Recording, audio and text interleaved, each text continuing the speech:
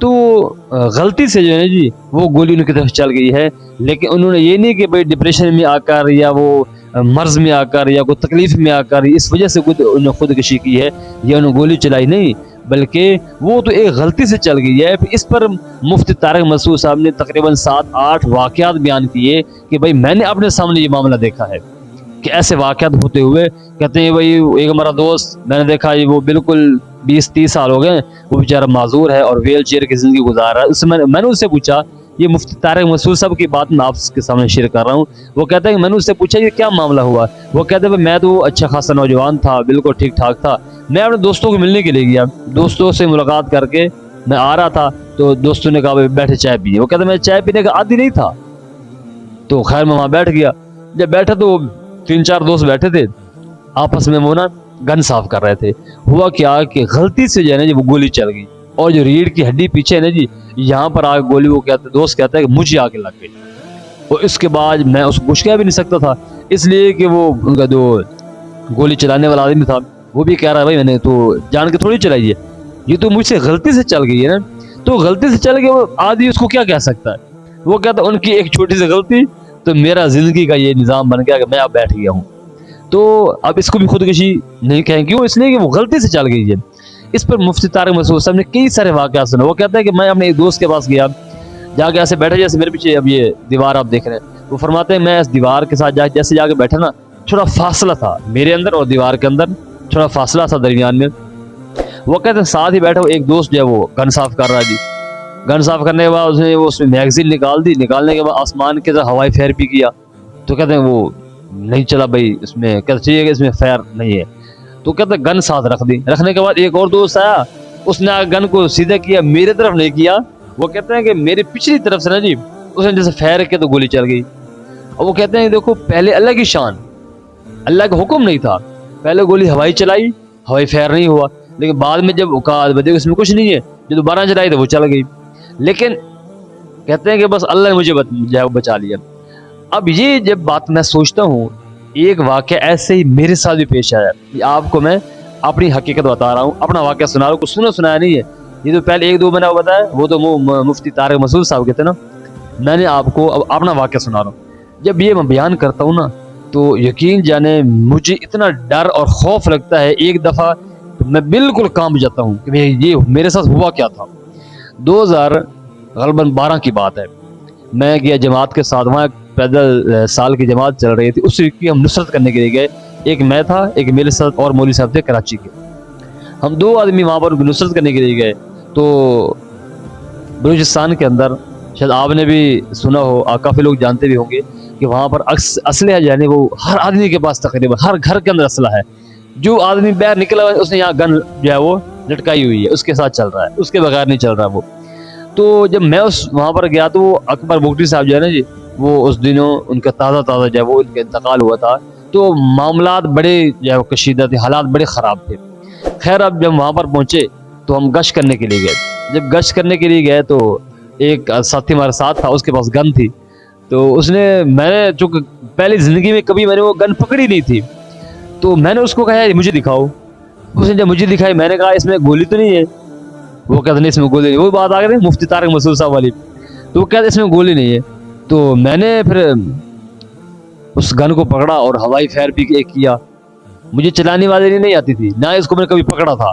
میں نے ایسے ہی بس شیطان کی طرح سے سمجھ لو، پنگا یا جو بھی سمجھ لیں آپ، اس کو میں نے فائر کیا تو اس میں فائر خیر نہیں تھا۔ پھر دوسرا جب میں نے اس آدمی کی طرف کر کے جو ہے وہ میں نے کہا دیکھو اس میں ہے تو نہیں، وہ کہتے نہیں جی میری طرف سیدھا کرو اور اب چیک کر لو، تو بس اللہ کی طرف سے معاملہ ایسا ہوتا ہے، اللہ نے مجھے بچا لیا۔ لیکن یہ جب میں اس کو ایسے کہہ رہی فیر اس کی طرف کیا، خیر اس میں گولی نہیں تھی، میں یہ سمجھتا ہوں کہ جیسے مفتی طارق مسعود صاحب فرما رہے تھے نا جی کہ بھائی پہلے چلائی تو گولی نہیں چلی، بعد میں چلائی تو چل گئی۔ تو بات کرنے مقصد یہ ہے کہ یہ جو مولانا طارق جمیل صاحب کے بیٹے جس کے بارے میں کہا جا رہا ہے خودکشی کی ہے، یہ خودکشی نہیں ہے، اور یہ ایسی ایک گولی چل گئی ہے، نہ اتفاقی نہ چاہتے ہوئے گولی چل گئی ہے۔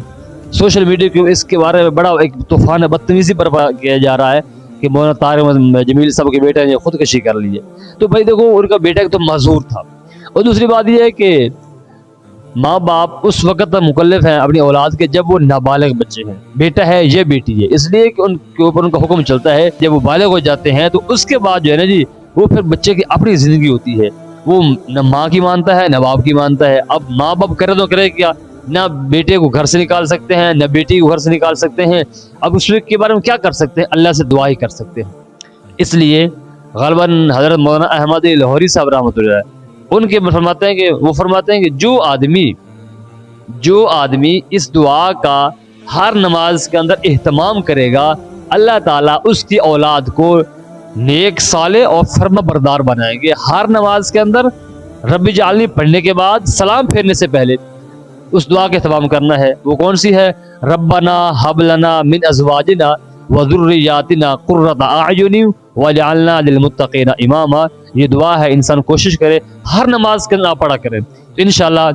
اللہ کی ذات سے امید ہے آپ کی اولاد نیک اور صالح ہوگی، فرما بردار ہوگی، آپ کی بات ماننے والی ہوگی۔ باقی مولانا طاہر جمیل صاحب کے بیٹے نہ خودکشی کی ہے اور نہ اس کے بارے میں ایسی کوئی چیمگوئیاں کی جائے، پروپیگنڈا کیا جائے، بلکہ وہ ایک غلطی سے فیر چل گیا ہے،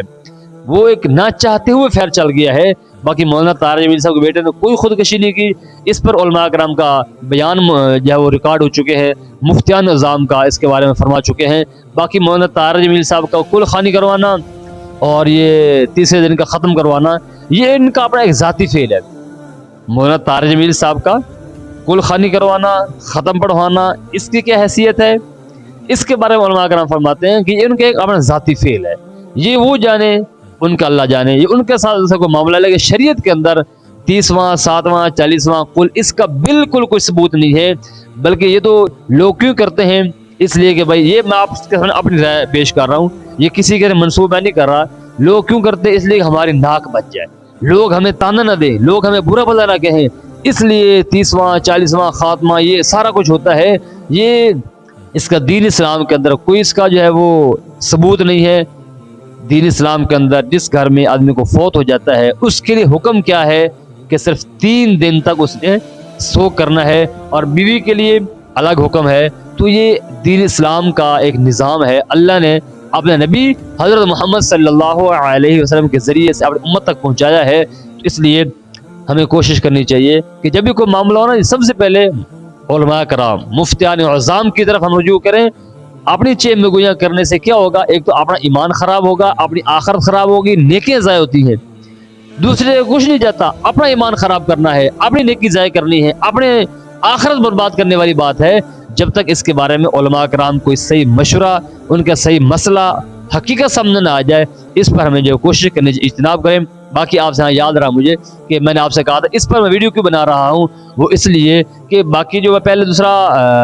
مائک استعمال کرتا اس میں کوئی شور کی آوازیں آتی تھی، اس لیے وہ مجھے اچھا نہیں لگتا تھا کہ شور اس میں جو آ رہا ہے، کوئی بچوں کی آواز نہیں آ، جو کہ میں گھر میں بیٹھ کے ہم ویڈیو بناتے ہیں، بچوں کی آواز آ رہی ہے فلاں فلاں، ایسے تو یہ مناسب نہیں ہوتا۔ اب اس پر آپ آواز سن رہے ہیں تو آپ کو بالکل کلیئر آواز آ رہی ہے، آس پاس شور بھی ہو رہا ہے تو آپ کو محسوس نہیں ہو رہا، اس لیے آج میں نے اس پر جو ہے وہ ویڈیو بنا کر آپ کے سامنے پیش کی ہے۔ اللہ پاک ہمیں دین اسلام کے مطابق زندگی گزارنے کی توفیق عطا فرمائے، اور علماء کرام کی اتباع کرنے کی، اور مسائل جو بھی ہوں علماء کرام سے رہنمائی لے کر ہمیں اپنے مسئلوں کو حل کرنا چاہیے۔ اللہ پاک عمل کرنے کی توفیق عطا فرمائے۔